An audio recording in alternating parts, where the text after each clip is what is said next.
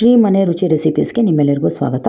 ಇವತ್ತು ನಾನು ಚಪಾತಿ, ರೊಟ್ಟಿ, ಅಕ್ಕಿ ರೊಟ್ಟಿ, ಜೋಳದ ರೊಟ್ಟಿ ಎಲ್ಲದರ ಜೊತೆಗೂ ತುಂಬ ಚೆನ್ನಾಗಿರುವಂಥ ಕಾಂಬಿನೇಷನ್ ಆಗುವಂಥ ಒಂದು ಪಲ್ಯದ ರೆಸಿಪಿನ ನಿಮಗೆ ಹೇಳ್ಕೊಡ್ತಾ ಇದ್ದೀನಿ. ಹೀರೆಕಾಯಿ ಕುಟ್ಟು ಪಲ್ಯ. ಹಳೆ ಕಾಲದಲ್ಲಿ ಇದನ್ನೆಲ್ಲ ಕುಟ್ಟಿ ಮಾಡ್ತಾಯಿದ್ರು ಈ ಪಲ್ಯನ. ಇದಕ್ಕೇನು ಬೇಕು ಅಂತ ನೋಡ್ಕೊಳ್ಳೋಣ. ಹೀರೆಕಾಯಿ 3 ಮೀಡಿಯಮ್ ಸೈಜ್ದು, 2 ಹಿಡಿ ಕಡಲೆಕಾಯಿ ಬೀಜ, 6ರಿಂದ 7 ಹಸಿಮೆಣಸಿನ್ಕಾಯಿ, ಮತ್ತು 1 ಮುಚ್ಚಳ ತೆಂಗಿನಕಾಯಿ. 1 ಮುಚ್ಚಳದಲ್ಲಿ ಸ್ವಲ್ಪ ತೊಗೊಳ್ಳಿ, ಅಷ್ಟು ಬೇಡ. ಒಗ್ಗರಣೆಗೆ ಉದ್ದಿನಬೇಳೆ 1 ಚಮಚ, ಕಡಲೆಬೇಳೆ 1 ಚಮಚ, ಅರ್ಧ ಚಮಚ ಸಾಸಿವೆ ಮತ್ತು ಅರಿಶಿನ, ಇಂಗುನ ತೊಗೊಂಡಿದ್ದೀನಿ. ಈಗ ಒಂದು ಒರಳಲ್ಲಿ ಇದನ್ನು ಕುಟ್ಕೊಳ್ಳೋಣ. ಕುಟ್ಕೊಳ್ಳೋದಕ್ಕೋಸ್ಕರ ನಾನು ಇದನ್ನು ಸ್ವಲ್ಪ ಮೀಡಿಯಮ್ ಸೈಜ್ ಹೋಳುಗಳನ್ನಾಗಿ ಹಚ್ಚಿಟ್ಕೊಂಡಿದ್ದೀನಿ. ಮತ್ತು ಅರ್ಧ ಬಟ್ಲು ತೆಂಗಿನ ತುರಿ ತೊಗೊಂಡಿದ್ದೀನಿ ಅಷ್ಟೇ. ಈಗ ಒಂದು ಒರಳಿಗೆ ಕಡಲೆ ಬೀಜನ ಹಾಕ್ಕೊಂಡು ಫಸ್ಟು ಇದನ್ನು ಕುಟ್ಕೊಳ್ತಾ ಇದ್ದೀನಿ. ಇದಕ್ಕೆ ಹಸಿಮೆಣಸಿನ್ಕಾಯಿ, ತೆಂಗಿನಕಾಯಿ 3 ಹಾಕ್ಕೊಂಡು ಕುಟ್ಕೋಬೇಕಾಗತ್ತೆ. ನೀವು ಮಿಕ್ಸಿನಲ್ಲಿ ಮಾಡ್ಕೊಳ್ಳೋಂಗಿದ್ರೆ ಈ 3 ತೆಂಗಿನಕಾಯಿ, ಕಡಲೆಕಾಯಿ ಮತ್ತು ಹಸಿಮೆಣಸಿನ್ಕಾಯಿನ ಪಲ್ಸ್ ಮೋಡಲ್ಲಿ ಹಾಕ್ಕೊಳ್ಳಿ.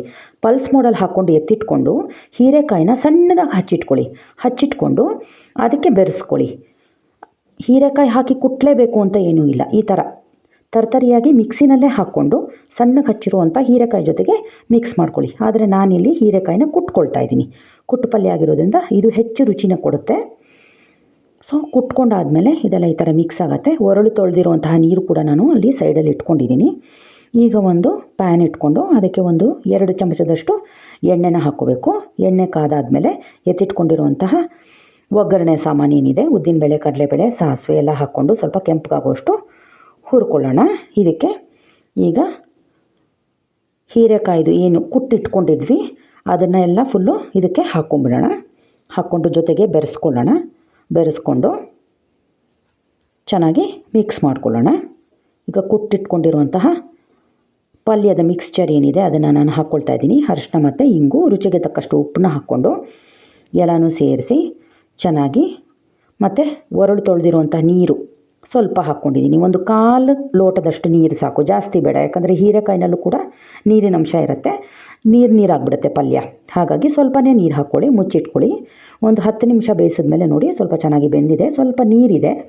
ಹಾಗಾಗಿ ಮತ್ತೆ ನಾನು ಇದನ್ನು ಮುಚ್ಚಿಟ್ಟು ಬೇಯಿಸ್ತಾ ಇದ್ದೀನಿ.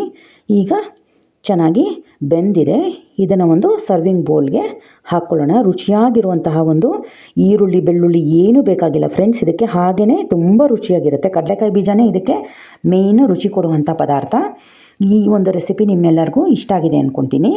ಇದು ನಿಮ್ಗೆ ಇಷ್ಟ ಆಗಿದ್ದರೆ ಲೈಕ್ ಮಾಡಿ, ಶೇರ್ ಮಾಡಿ, ನಮ್ಮ ಚಾನಲ್ನ ಸಬ್ಸ್ಕ್ರೈಬ್ ಮಾಡಿ. ಇದು ಚಪಾತಿ ಮತ್ತು ಜೋಳದ ರೊಟ್ಟಿಗಂತೂ ಬೆಸ್ಟ್ ಕಾಂಬಿನೇಷನ್ನು. ಧನ್ಯವಾದಗಳು.